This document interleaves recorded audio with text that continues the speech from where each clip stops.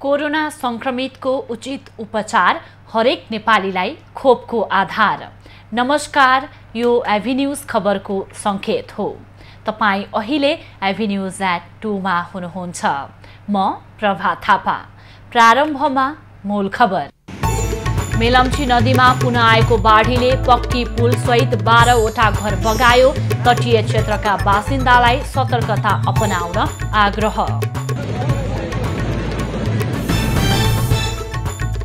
सरकारद्वारा 3 सचिवको जिम्मेवारी हेरफेर।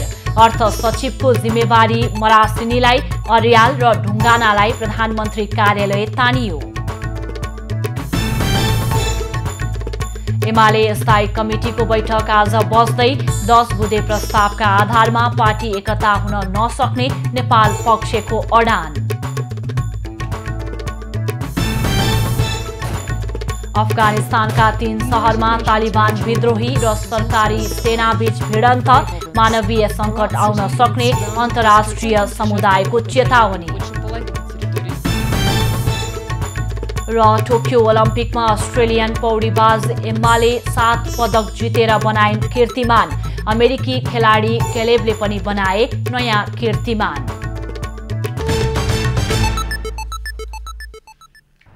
अब खबरको सिलसिला प्रारम्भ गरौं।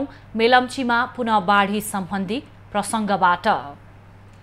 मेलम्ची नदीमा पुनः आएको बाढीले सिन्धुपाल्चोकको हेलम्बु गाउँपालिका र मेलम्ची नगरपालिकाको तटीय क्षेत्रमा थप क्षति पुर्याएको छ। गैराती आएको बाढीले हेलम्बु गाउँपालिकाको किविल क्षेत्रमा 6 र मेलम्ची नगरपालिकाको मेलम्ची बजारमा 6 घर बगाएको छ। 5 वटा कच्ची र 7 वटा पक्की गरी 1 दर्जन घर मेलम्चीले बगाएको प्रहरीले जनाएको छ। ग्याल्थुम बजारका 40 घर जोखिममा परेका छन्। त्यसै गरी बाढीले रेडियो मेलम्चीको भवन पनि बगाएको छ। बाढीले हेलम्बु गाउँपालिकाको चनौटेमा रहेको रातो पक्की पुल पनि बगाएको छ। पुल बगाएसँगै हेलम्बु गाउँपालिका कार्यालय र मेलम्ची खानेपानी आयोजना सडक सम्पर्कबाट विच्छेद भएको छ।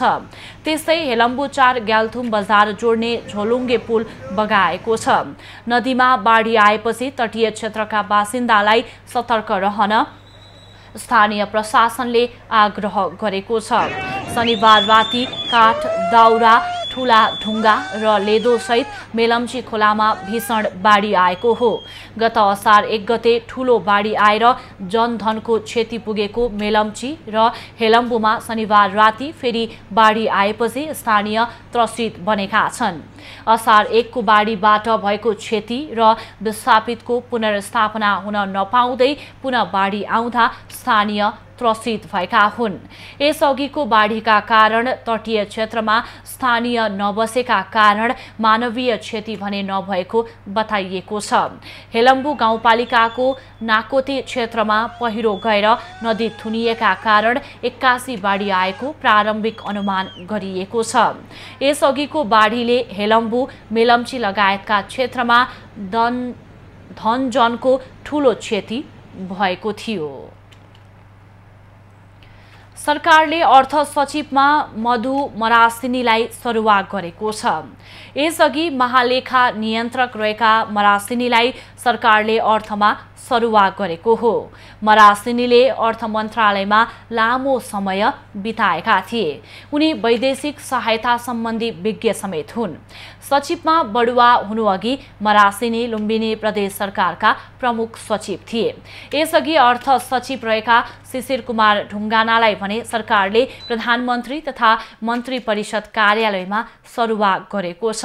ढुङ्गाना राजन खनाल सेवा निवृत्त बनेसँगै अर्थ सचिव बनेका थिए। त्यसअगाडि ढुङ्गाना प्रधानमन्त्री तथा मन्त्री परिषद कार्यालयमै थिए। यस्तै स्वास्थ्य तथा जनसङ्ख्या मन्त्रालयका सचिव लक्ष्मण अर्याललाई पनि प्रधानमन्त्री तथा मन्त्री परिषद कार्यालयमा तानिएको स्रोतले जनाएको छ। स्वास्थ्य सचिवमा केही समय अगाडि प्राविधिक तर्फका डाक्टर रोशन पोखरेललाई बढुवा गरिएको थियो। पोखरेलको बढुवापछि स्वास्थ्य तथा जनसङ्ख्या मन्त्रालयमा रहेका सचिव अर्याललाई सरुवा गरिएको हो।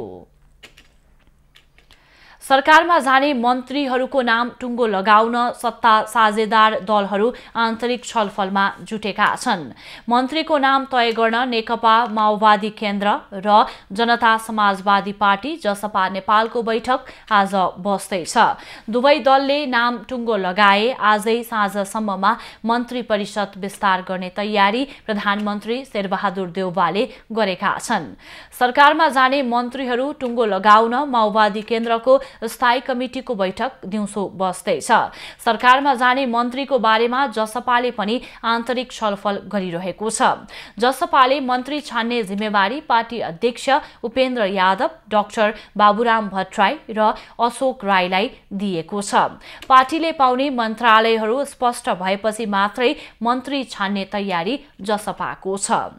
सरकारको नेतृत्व गरिरहेको कांग्रेसले पनि सरकारमा जाने मन्त्रीहरूको विषयमा अनौपचारिक छलफल गरिरहेको छ। प्रधानमन्त्री देउवाले पौडेल पक्षलाई 2 र सिटौला पक्षलाई 1 मन्त्रालय दिने तयारी गरेका छन्। मन्त्री परिषद विस्तारका विषयमा शनिबार पनि प्रधानमन्त्री देउवा र माओवादी अध्यक्ष पुष्पकमल दाहाल बीच छलफल भएको थियो।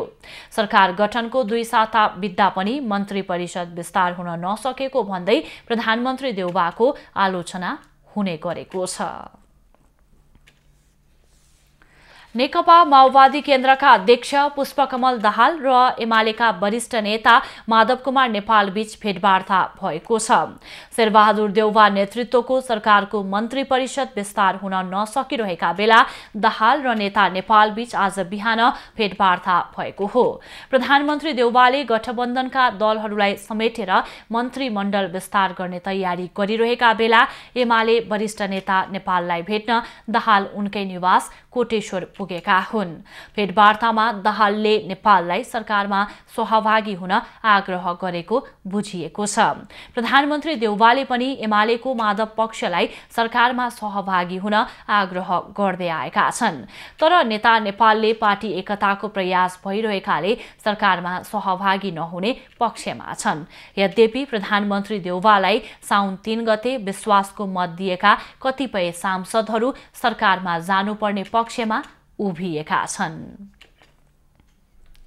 प्रमुख प्रतिपक्षी दल नेकपा एमालेको स्थायी कमिटी बैठक आज बस्दैछ।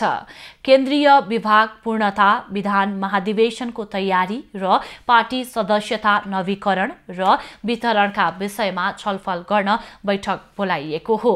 एकता प्रयासका लागि शनिबार स्थगित बैठक दिउँसो 3 बजे ललितपुर स्थित तुलसीलाल स्मृति प्रतिष्ठानमा बोलाइएको छ।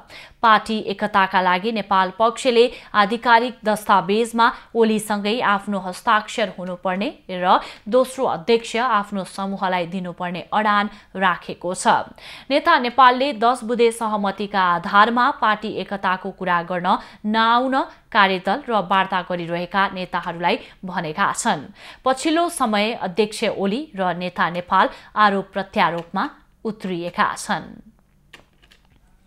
नेकपा एमालेका अध्यक्ष केपी ओली र वरिष्ठ नेता माधव कुमार नेपाल बीचको विवाद पार्टी विभाजनमा पुगेर टुङ्गिने देखिएको छ।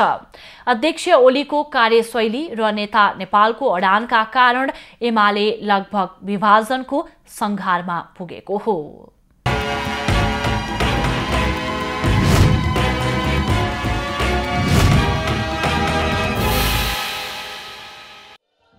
पार्टी एकताका लागि भन्दै ओली समूहले शनिबारको स्थायी समितिको बैठक त स्थगित गर्यो, तर त्यही दिन ओली र नेपाल समूहका छुट्टा छुट्टै कार्यक्रम रोकिएनन्। नेपाल समूहले अखिल फोर्सको नाममा शक्ति प्रदर्शन गर्यो भने ओलीले भेला आयोजना गरे।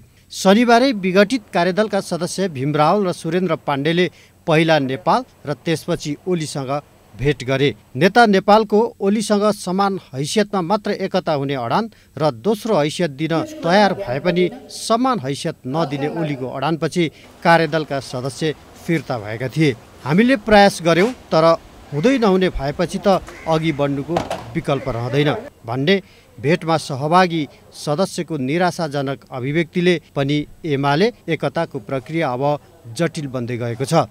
त्यस्तै दोस्रो तहका नेताहरूले समाधानको प्रयास जारी राखेकै बेला दुई नेता बीचको आरोप प्रत्यारोप बढेर गएको छ। अध्यक्ष ओलीले माधव नेपाललाई आन्दोलन विरोधी, देशद्रोही र अपराधीको गम्भीर आरोप लगाए। त्यसै बेला वरिष्ठ नेता नेपालले अध्यक्ष ओलीलाई फेरि पनि प्रधानमन्त्री बन्छु कि भन्ने जालझेल र षड्यन्त्रका तानाबाना नबुन्न चेतावनी दिए।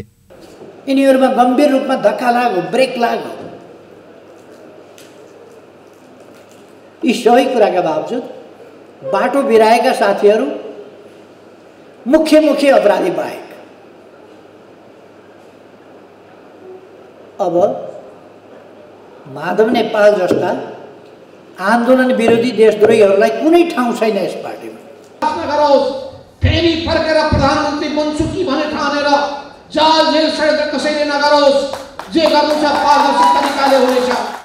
शनिबारै ओली निकट नेताहरूले सामाजिक सञ्जालमा नेपाललाई देउबा दाहालकै सहयोगी बन्न दिउँ, नरोकौं जस्ता सामग्री पोस्ट गर्नुले पनि विभाजन टाढा नरहेको अनुमान गर्न सकिन्छ। पछिल्लो समय पार्टी एकता हस्ताक्षरमा आएर अड्किएको बताइन्छ। निर्वाचन आयोग लगायत अन्य सबै निकायमा पार्टीका तर्फबाट हुने पत्राचारमा ओली र नेपालको संयुक्त हस्ताक्षर रहनुपर्ने विषयमा कुरा मिल्न सकिरहेको छैन। आगामी महाधिवेशनसम्म पार्टी अध्यक्ष ओली र वरिष्ठ नेता नेपालको संयुक्त हस्ताक्षरमा काम हुनुपर्ने नेपाल पक्षको मागमा ओली असहमत हुँदा विवाद निरूपणमा थप जटिलता थपिएको छ। आफू दोस्रो अध्यक्ष नहुने तर आफू निकट कार्यकर्तामाथि भेदभाव हुन सक्ने, त्यसमा पनि आगामी निर्वाचनमा टिकट वितरणमा अन्यायमा पर्न सक्ने अनुमान नेपाल पक्षको छ। तर ओली र उनको समूहमा रहेका केही नेताले नेपालको प्रस्तावलाई ठाडै अस्वीकार गरेको छ। पार्टी विवाद मिल्न दुई नेताबीच सहमति हुन अनिवार्य छ, तर विवाद नमिली नभेट्ने दुई नेताको अडानले एमाले विभाजन उन्मुख भइरहेको प्रश्न छ।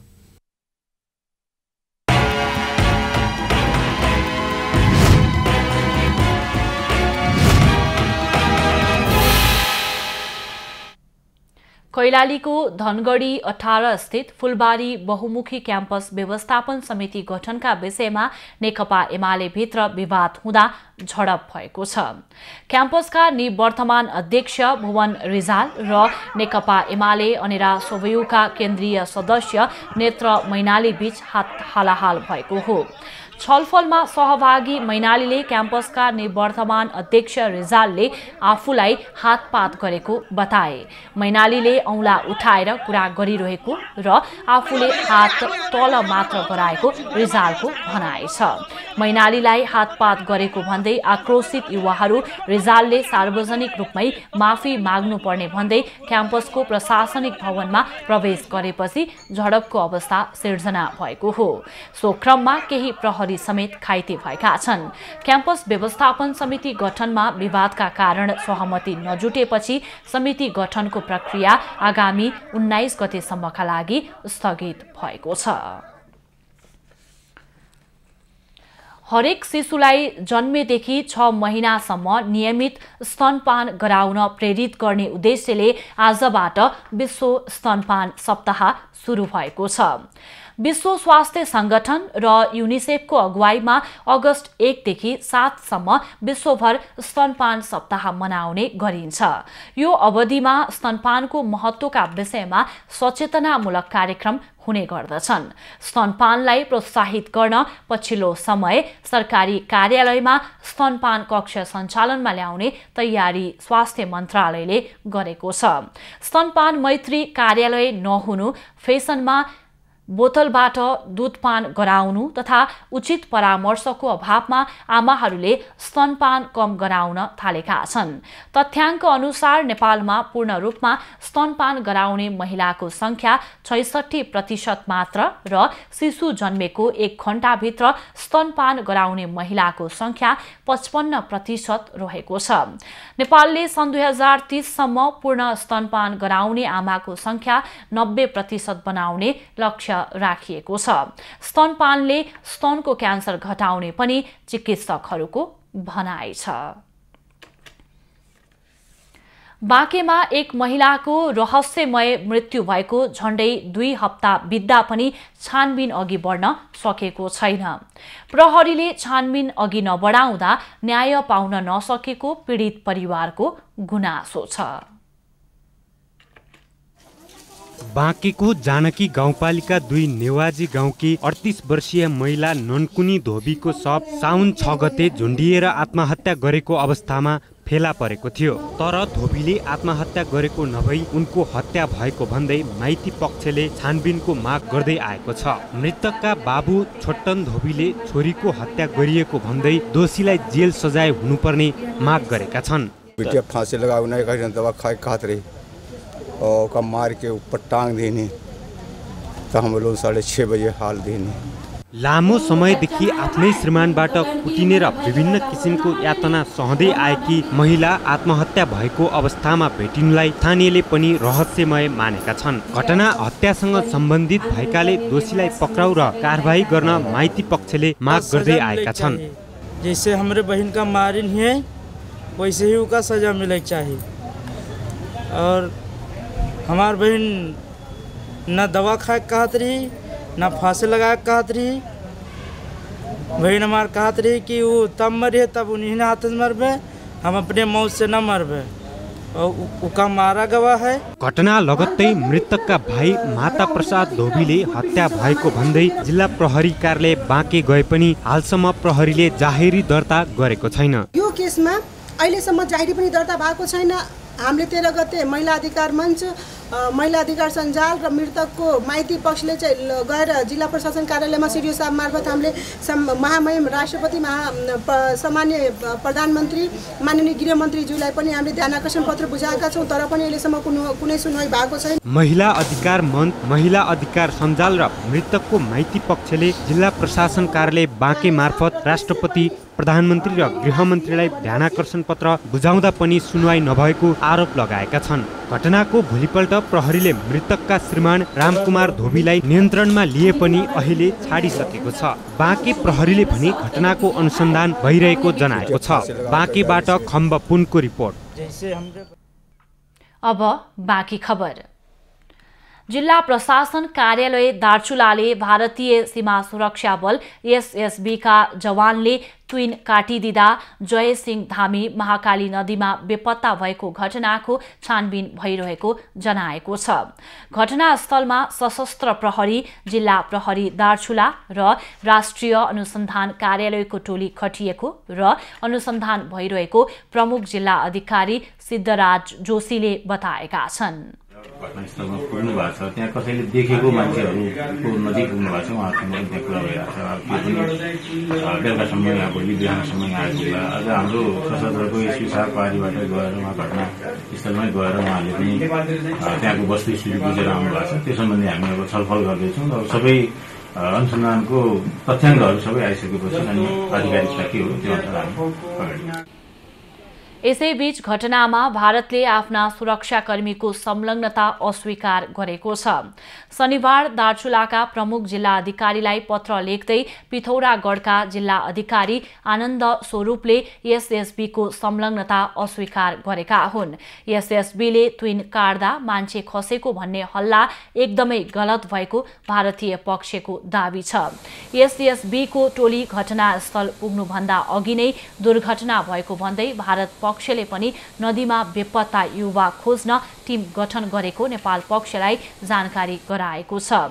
शुक्रबार बिहान ट्विन तर्ने क्रममा ब्यास गाउँपालिका 2 मालका जयसिंह धामी खसेर नदीमा बेपत्ता भएका थिए।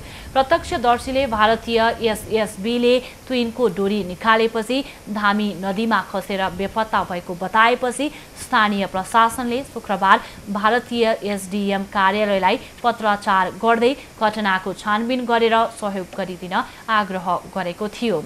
शुक्रबार बिहान नदीमा खसेका धामीको अवस्था भने अझै अज्ञात छ।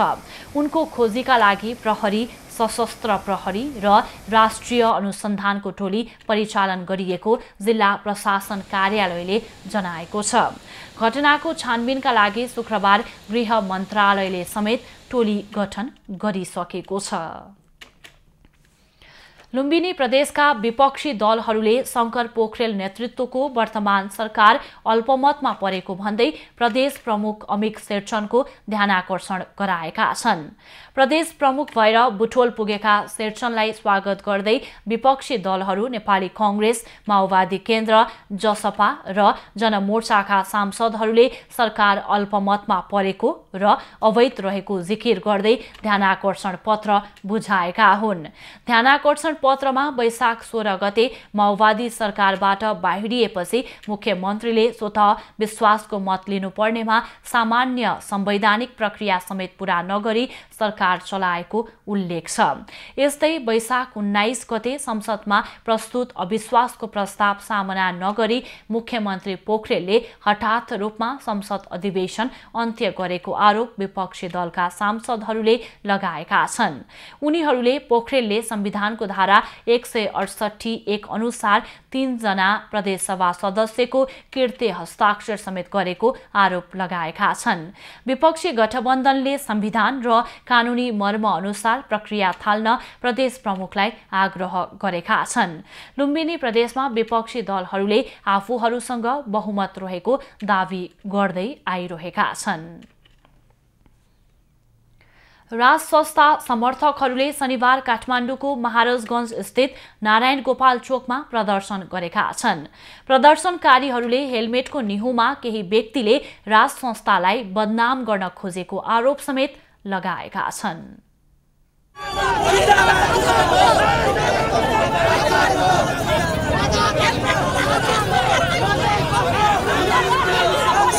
दृश्य हो महाराजगञ्ज स्थित नारायण गोपाल चोकको, जहाँ राज संस्था समर्थकहरूले पूर्व युवराज पारस शाहलाई प्रहरीले दुर्व्यवहार गरेको भन्दै विरोध प्रदर्शन गरेका छन्। उनीहरूले शाह र राज संस्थाको समर्थनमा नाराबाजी समेत गरे।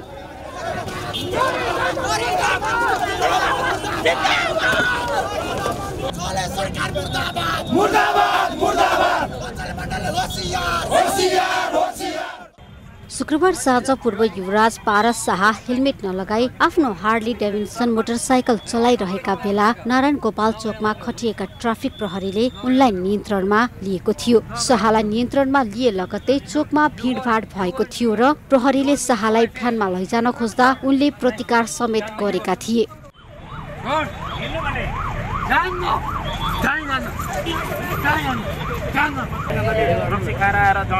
एकदम लफडा गरिरहेछ, गाडी तुरुन्त पठाउनु छ।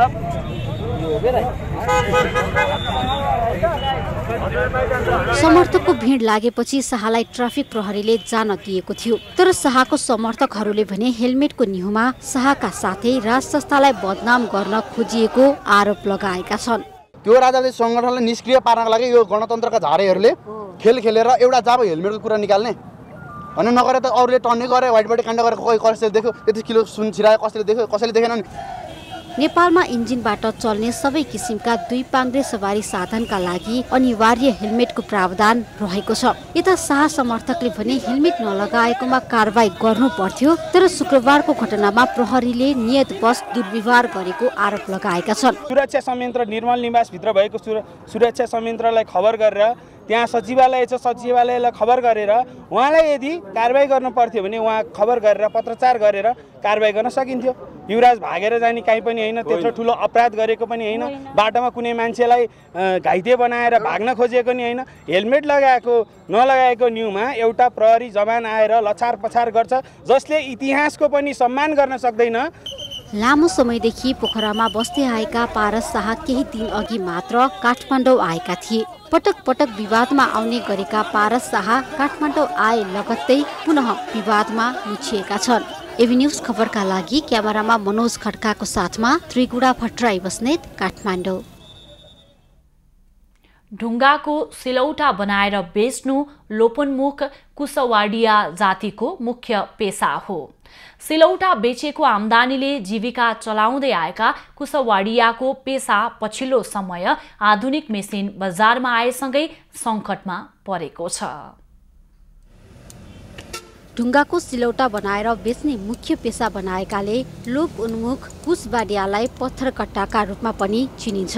उनीहरूको पेशा सिलौटा कुद्ने र घर घरमा लगेर बेच्ने हो। तर पछिल्लो समय जिरा मसला पिस्ने आधुनिक मेसिन बजारमा आएपछि उनीहरूको व्यवसाय सङ्कटमा परेको छ। कति भनौँ बहिनी व्यापार हो, कहिले चारवटा बिग्छ, कहिले एउटा बिग्दैन। रूपन्देही अर्घाखाँची पाल्पा मूल थलो रहेका कुशबाडिया जातिले अहिले काठमाडौँका सडकलाई व्यावसायिक थलो बनाउँदै आएका छन्। काठमाडौँका चाबेहिल, गङ्गबु, नयाँ बसपाड, कोटेश्वर, जडीबुटी सडक पेटीमा बसेर उनीहरूले आफ्नो पेसालाई निरन्तरता दिँदै आएका छन्। अन्य व्यवसाय जस्तै कोरोना संक्रमणको महामारीपछि पेसा सङ्कटमा पर्दा रोग र भोगबाट आफू र बालबच्चालाई जोगाउन उनीहरूलाई निकै समस्या पर्ने गरेको छ। केही नभनेपछि त ठिकै छ नानी, बनाउने बेच्ने हो, 2-4 पैसा पाएर आफ्नो बालबच्चालाई पाल्ने। उनीहरूले सिलौटा बनाउने एउटा ढुङ्गाको 300 रुपियाँ तिरेर बुटवलबाट ल्याउने गर्दछन्। एउटा सिलौटाको आकार हेरेर 500 रुपियाँदेखि 1000 रुपियाँसम्म पर्छ।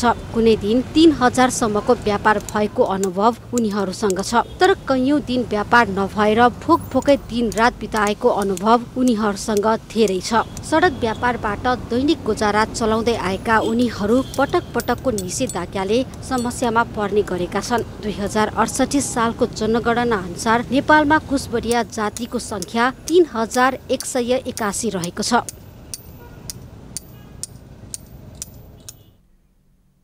मोरङको उत्तरी ग्रामीण क्षेत्रका निम्नवर्गीय परिवारका लागि निगुरो आय आर्जनको माध्यम बनेको छ। सागको रूपमा भान्सामा प्रयोग हुने निगुरो टिपेरै उनीहरू जीविकोपार्जन गर्दै आएका छन्। मोरङको उत्तरी ग्रामीण क्षेत्रका निम्नवर्गीय परिवार उर्लाबारी नगरपालिका र मिक्लाजुङ गाउँपालिकाको बीचमा पर्ने डुम्रेको जंगलमा दिनहुँ निगुरो टिप्ने गरेका छन्। 4 कोसे झाडीमा प्राकृतिक रूपमा उम्रने निगुरो यस क्षेत्रका निम्न वर्गका मानिसहरूका लागि आयस्रोत समेत बनेको छ। एका बिहानै जंगल प्रवेश गर्ने उनीहरू दैनिक 8 देखि 10 घण्टाको समय खर्चिएर दैनिक एक डोको निगुरो संकलन गर्ने गरेका छन्। दिनभरि टिप्दा खै अहिले त छैन, यसो 15-20 मुठा टिप्छौँ। अब 3 बजेतिरै घरतिर जान्छौँ। 20 रुपियाँ 25 रुपियाँ त्यस्तै।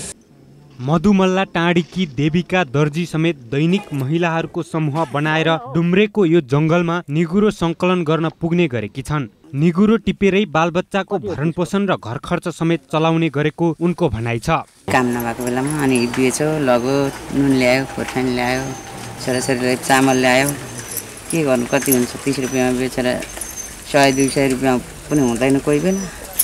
लगो अनि बेच्योहरू अनि लगो अनि दोकानमा गयो, सामान ल्यायो अनि यसो छोराछोरीलाई कोलेस्ट्रोल खुवाउनु पर्छ, के गर्नु। कोरोनाका कारण सुरु भएको लकडाउन र निषेधाज्ञाका कारण ज्यालादारी गुमेपछि मधुमल्लाको टाँडीका मनबहादुर रसाइली पनि निगुरो टिपेरै दैनिकी गुजारा चलाइरहेका छन्। निगुरो टिपेरै सबै खर्च नचल्ने भए पनि भर्तेकसम्म हुने गरेको उनको भनाइ छ।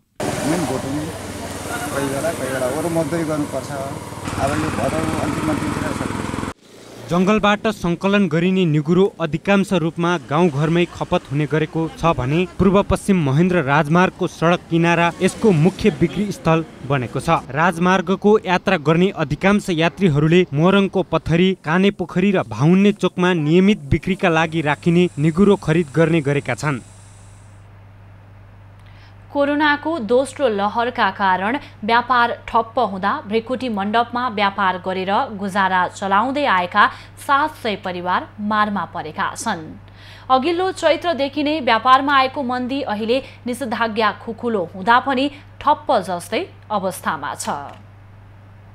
लकडाउनको करिब 3 महिनापछि खुलेको भृकुटी मण्डप बजार यति बेला सुनसान छ। सामान्य अवस्थामा कपडा, झोला, जुत्ताका साथै श्रृङ्गारका सामग्री, विद्युतीय सामान एउटै छानामुनि किन्न उपभोक्ताको भिड लाग्ने गरेको ठाउँमा अहिले खासै चहल पहल छैन।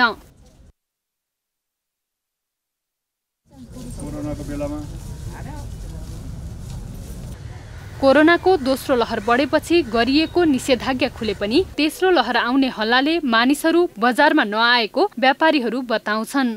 ग्राहक नआउँदा व्यापारीहरू पसल कुरेर मात्रै बसिरहेका छन्। अब जुत्ता पसल त भएर के गर्नु, व्यापार छैन नानी, हेर्नुहोस् यसो बसेर यसो छाक टार्ने बेला मात्रै छ, अहिले व्यापारै छैन। सरकारी जग्गामा सञ्चालन हुँदै आएको भ्रिकुटी मण्डप बजारमा महिनाको 15 गते व्यापारीहरूले भाडा बुझाइसक्नुपर्ने नियम छ। स्टल भाडासँगै व्यवसायीले सरसफाई, बिजुली र सुरक्षाको पैसा तिर्नुपर्ने हुन्छ।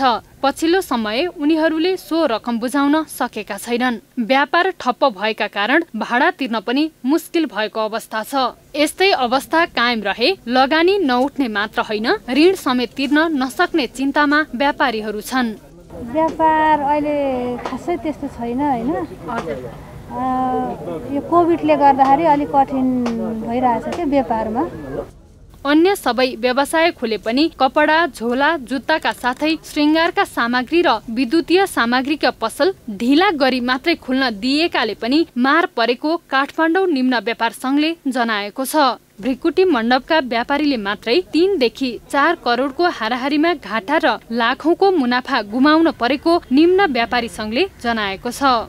जसरी कोरोनाले देशका, समाजका, व्यापार साना ठुला हर क्षेत्रमा जुन खालको चाहिँ असाध्यै गम्भीर असर र प्रभाव पारेको छ, त्यसै गरी हामी साना व्यवसायीहरूलाई यसको प्रभाव असर चाहिँ गम्भीर प्रकृतिको छ र पीडादायी छ। लकडाउन सुरु भए ता घर गएका मध्ये अझै धेरै जना नफर्केकाले पनि बजारमा चहल पहल छैन। भ्रिकुटी मण्डप स्थित बजारमा करिब 1200 बढी स्टल रहेका छन्। ती मध्ये 700 मात्रै पसल सञ्चालनमा छन्। सस्तो बजार र हङकङ बजारको रूपमा चिनिएको यो बजारमा सामान्य अवस्थामा ग्राहकको घुइँचो लाग्ने गर्दछ। भावना कार्की, काठमाडौँ। बाराको निजगढ नगरपालिकाको असारे कामको असर अहिले निजगढ भ्यू टावर क्षेत्रमा देखिएको छ। प्राविधिक र निर्माण समिति बीच कामको समन्वय नहुँदा र छिटो काम सकेर भुक्तानी लिने हतारोको असर भ्यू टावरमा देखिएको हो।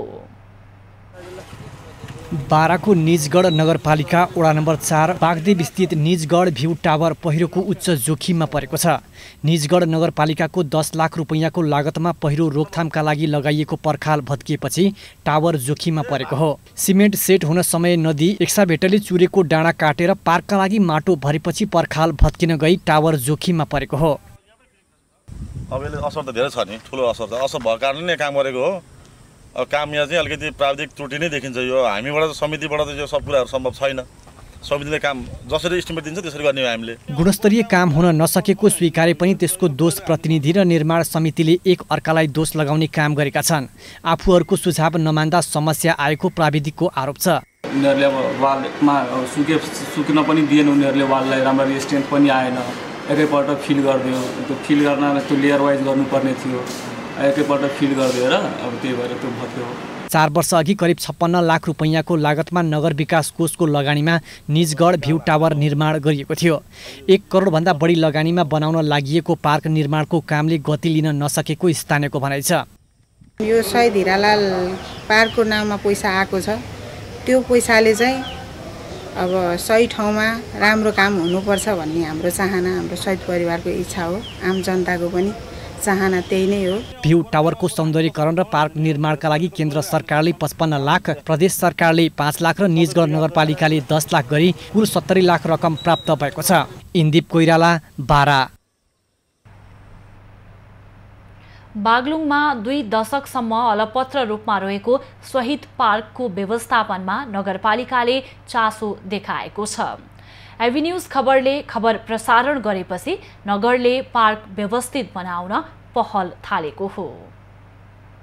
वर्षौंसम्म अलपत्र र लथालिङ्ग परेको बागलुङको शहीद पार्कको मुहार फेरिने भएको छ। सदरमुकाममा मुख्य प्रवेशद्वार मध्य पहाडी लोकमार्गको केन्द्र भागमा रहेको पार्कलाई व्यवस्थित बनाउन बागलुङ नगरपालिकाले चासो देखाएको हो। पार्क अव्यवस्थित भएको खबर एभिन्यूजमा प्रसारण भएपछि जनप्रतिनिधिले चासो देखाएको स्थानीयले बताए। यहाँहरूले खबरदारी गरे पश्चात अहिले बागलुङ नगरपालिकाले यहाँका मूर्तिहरू, शहीदका मूर्तिहरूलाई केही व्यवस्थापन गर्ने गरेको काम सुरु गरेको हामी देख्छौँ। अझै पनि यो पार्कलाई अझै सुन्दर बनाउनका लागि जरुरी देखिन्छ, किनभने यो विश्वकै लामो झोलुङ पुलको आडमा रहेको यो क्षेत्रलाई रमणीय बनाउन सकियो भने पुलमा आन्तरिक पर्यटक तथा बाह्य पर्यटकहरू आकर्षण बढाउन पनि यसले सहयोग पुग्नेछ र स्वयं यो पार्कको गरिमा पनि बढ्ने निश्चित छ। बागलुङको मुख्य प्रवेशद्वारमा रहेको पार्कलाई राम्रो बनाउन सकेको खण्डमा जिल्लाको इज्जत बढ्ने भएकाले छिट्टै पुनर्निर्माण सक्न स्थानीयले खबरदारी गरिरहेका छन्। यी जुन पार्कहरू निर्माण भइरहेका छन् यिनलाई समय समयमा सरसफाई गर्ने, राम्रो अवस्थामा राख्ने र चुस्त दुरुस्त राख्ने त्यो गर्न सक्यो भने खास गरेर हाम्रो बागलुङवासीको निम्ति धेरै राम्रो हुन्छ जस्तो मलाई लाग्छ। नगरमा सबैको दबाब पुगेपछि पार्क व्यवस्थित गर्न नगरपालिकाले विशेष सक्रियता देखाएको छ। अहिले पार्क वरिपरि टाइल बिछ्याउने, दुबो सार्ने लगायतका काम भइरहेको छ। पार्कको मुहार फेरिन लागेकोमा आन्तरिक पर्यटक समेत खुसी देखिएका छन्। पहिला र अहिलेमा धेरै राम्रो छ। अहिले पुलले गर्दा मान्छेहरू आइरहेको छ। तत्कालीन नगर प्रमुख स्वर्गीय ऋषिराम शर्माको पहलमा निर्माण भएको शहीद पार्क अस्तव्यस्त बनेपछि बागलुङ नगरपालिकाको धेरै आलोचना हुँदै आएको थियो। बागलुङबाट राजेश चन्द्रराज भण्डारीको रिपोर्ट। अब पालो एभिन्यूज एट मौसमको।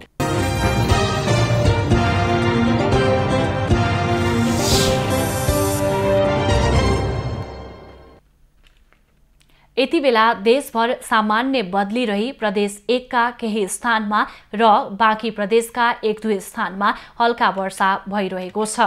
अपराह्न देशभर सामान्यदेखि पूर्ण बदली रही धेरै स्थानमा हल्कादेखि मध्यम वर्षाको सम्भावना रहेको छ। कर्णाली, लुम्बिनी, गण्डकी र सुदूरपश्चिम प्रदेशका 1-2 स्थानमा भारी वर्षाको सम्भावना रहेको जल तथा मौसम पूर्वानुमान महाशाखाले जनाएको छ। काठमाडौँ उपत्यकाको आजको अधिकतम तापक्रम 30 डिग्री सेल्सियस र न्यूनतम तापक्रम 21 डिग्री सेल्सियस बीच रहने अनुमान गरिएको छ। आज सूर्योदय बिहान 5:26 भयो भने सूर्यास्त साँझ 6:53 हुनेछ। आज देशभरको मौसम कस्तो रहला त? हेरौं देशका विभिन्न स्थानको अनुमानित मौसमी अवस्था।